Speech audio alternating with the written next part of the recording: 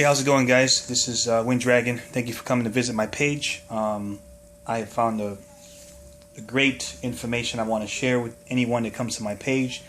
It is about the history of the Lei Tai. Now, I'm going to further explain what Lei Tai means with the text I'm about to read. But to give you a quick example, the Lei Tai was a platform. Basically, like today we have MMA and we have the cage, the octagon cage, or we have a ring. But Lei Tai was a platform, and it didn't have ropes and it didn't have a cage. Oftentimes people can be thrown off of the Lei Tai, and I think it might have gone several feet up, raised. It's a raised platform. People would be thrown off of it. So I'm going to get into this real quick, but this is the Chinese Kung Fu history of the Lei Tai. The Lei Tai is an elevated fighting arena without railings, where often fatal weapons and bare-knuckle martial arts tournaments were once held. Sanctioned quote-unquote matches were presided over by a referee on the platform and judges on the sides. Fighters would lose if they surrendered, were incapacitated, were thrown, or otherwise forced from the stage. The winner would remain on the stage as its owner, quote-unquote, unless ousted by a stronger opponent. If there were no more challengers, they would become the champion. Private duels on the stage had no rules and were sometimes fought to the death. In its present form, the Lei Tai first appeared in China during the Song dynasty. However, ancient variations of it can be traced back to at least the Qin dynasty. Today, it is used in San Shou and Quoshu competitions throughout the world. This is the etymology of the Lei Tai. According to the Kung Fu magazine, the Chinese character for Lei combines the word for thunder, quote-unquote, with the radical word for hand in Chinese Shou. It can mean to give an opponent challenge, but taken literally it means to beat a drum, quote-unquote. Tai means stage or platform. It is also commonly referred to as a Da Lei Tai. Da Lei Tai, basically meaning, quote-unquote, fight beat. The character of Da combines the word for robust or vigorous, Ding, with the radical word for hand, Shou. This can mean to strike, hit, beat, or fight, quote-unquote. In Cantonese, using the Wade Giles superscript number system, Lei Tai is pronounced Lu, Toi. A common English rendering of this is Lui Toi, or Loi Toi. The Lei Tai is pronounced Da Lui Toi, or Da Lui Toi. It is important to note the Chinese military once used a Zhong Jun Lei Gu Tai, quote-unquote, central military drum beating platform, to drum out commands on the battlefield and to tell time in the capital city. Three Kingdoms General Zhang Fei used a drum beating platform to teach his soldiers troop movements. It is possible that the Lei Tai received its name from this type of platform, since a superior fight might beat his opponent like a drum. Sure, you get that. Alright, now it says dimensions. The fighting area is square, but its exact size varies from source to source. The Swiss Open Quoshu tournament states the classical Lei Tai fights took place on a stage at least 2.5 meters high and had a four-sided area of 100 square meters. The Tian Shan Pai Association states it was either 24 by 24 feet, 7.3 meters, or 30 by 30 feet, 9.1 meters, and 2.4 feet, 1.2 meters high. The International Wushu Federation and Chinese Wushu Association commissioned a Lei Tai which is 24 by 24 feet, 7.3 meters, and 2 feet, 0.61 meters high. The surrounding mats are 6 feet, 1.8 meters long, and 1 foot, 0.30 meters thick. It is called the Nine Suns Mountain Sanda Lei Tai. It was used in the 8th World Wushu Championship held in Vietnam in December 2005. The International Chinese Wushu Federation uses a stage 24 by 24 feet, 7.3 meters, and 16 inches, 410 millimeters high. According to the Book of Chinese Fast Wrestling for Fighting, the art of San Shou, Kwai Jiao throws, takedowns, and ground fighting, it was 24 by 24 feet, 7.3 meters, and 5 feet, 1.5 meters high. The World Sports Encyclopedia says it is an 8 by 8 meters platform elevated approximately 6 meters and surrounded by rubber walls. History. Prior to 1928. The Lei Tai first appeared during the Song Dynasty when it was used for boxing and Sui Jiao exhibitions, matches, and private duels. According to the Chinese Koshu Institute, UK, an ancestor of the Lei Tai was used during the Qin Dynasty to hold Jiao Li wrestling competitions between imperial soldiers. The winner would be chosen to act as a bodyguard to the emperor or a martial arts instructor for the imperial military.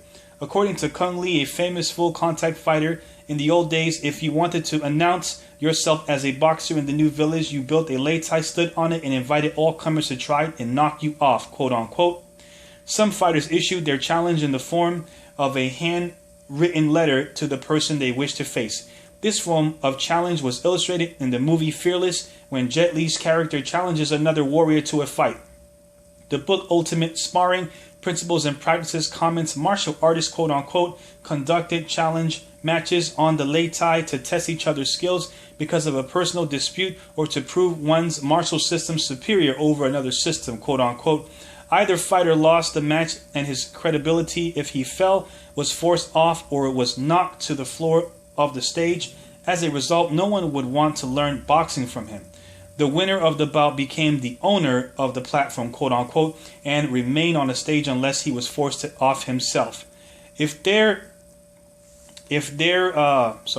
were no more challenges, he became the champion and or established the dominance of his style in that area. Another way was to defeat an already established master on the Lei Tai and then take over his school. Wow.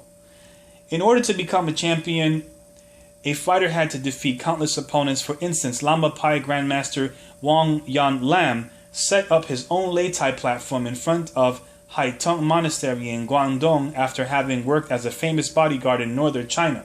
For 18 days, he fought over 150 other martial artists and was never defeated. What's his name again? Lama Pai Grandmaster Wang Yan Lam. Remember that name. He is a legend in the Lei Tai fighting, defeating over 150 martial artists in 18 days and never defeated. Wow. That's crazy. According to Hop Guard Grandmaster David Chin, either the challenger was maimed or killed. Yeah, maimed or killed. Not knocked out, not tapped out, maimed or killed. Wang never let one challenger leave his school without injury. He was a master of using the technique of cruelty, quote-unquote. Shortly afterwards, he was elected as the leader of the 10 Tigers of Canton, who were the top 10 Kung Fu men in Guangdong. 18th generation Chen-style Tai Chi Grandmaster Chen Zhaopi, 1893 to 1972, third nephew of Chen Fei, set up a platform of Beijing's Xuan Wumen, quote-unquote, city gate after an unauthorized article claiming the superiority of Chen-style Tai Chi appeared in the Beijing Times, causing many martial artists to challenge his skills. Over the course of 17 days over the course of 17 to 18 days and 150 to 200 plus consecutive wins to establish their style's dominance in that area. All weapons in boxing matches were conducted without protective gear, like the Jisen Kumite, full contact fighting of Kyokushin karate.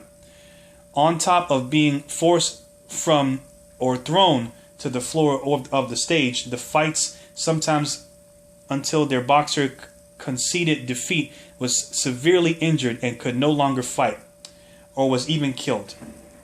One example of a death on a stage was described by Hung Gar Grandmaster Chu Kao, 1895 to 1995, father of Grandmaster Chu Chi Ling, The fight took place between Hung Gar master Leng Kai Yuk and a triad boss named Ha San Fu, who was also a master of internal martial arts. Because Ha dealt in prostitution, gambling, and drugs, Leng challenged Ha to a Lei Tai bout to halt the expansion of his criminal territory. Ha accepted the challenge and agreed to leave the area if he lost. Ha had previously heard of Master Leng's ability to tear at the flesh of his opponent with his bare hands, so he wrapped his torso with the leather strap prior to the fight. Both men met on the Lei Tai some time later and signed a contract that stated the fight could end in death. The crowd watched as both initiated combat. After a few moments, Leng, apparently seeing the leather straps through his ripped clothing, bypassed Ha's armor by forcing his hand down from the top of the wrap and tore out the triad boss' bowels. That is Hung Gar Kung Fu. Respect that. Respect Chinese martial arts. This is real history here. You people have been duped and lied to. And, it pisses me off. You know what I mean? That's why I'm releasing this information. And that's why I've released a lot of videos of me applying this stuff, Yeah, it's real. It's real. When Ha fell dead to the stage, his men tried attacking Leng to exact revenge, but the local police quickly arrested Leng to protect him. He was eventually set free. However, the railless architecture of the Lei Tai allowed a fighter to escape serious injury if they faced a more powerful opponent. All they had to do was leap down from the stage. This constituted a loss, but the boxer lived to fight another day. Despite this option, the nationalist government banned the old traditions of private duels on the Lei Tai in 1928 because too many people were dying. Thus was born the sport of San Shou kickboxing, which is basically the watered-down version of traditional Lei Tai Kung Fu. Alright, peace and love. This is Wind Dragon representing Chinese martial arts. Open your mind. The truth is deep.